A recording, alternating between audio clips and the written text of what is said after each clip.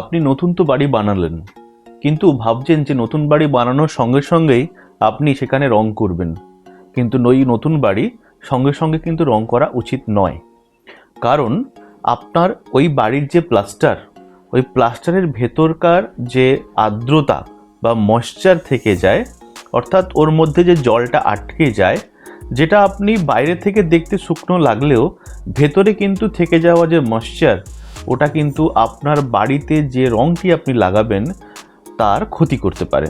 ওই অবস্থাতে যদি আপনি বাড়িতে রং করেন তাহলে কি সমস্যা হতে পারে?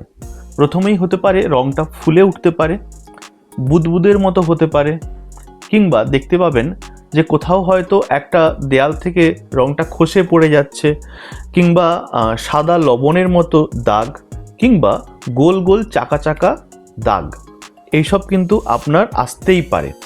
তাই বাড়ির দেয়াল শুকনো দেখাচ্ছে তার জন্যই আপনি বাড়ির দেয়ালে রং করবেন, এটা কিন্তু সঠিক নিয়ম বা সঠিক পদ্ধতি নয়।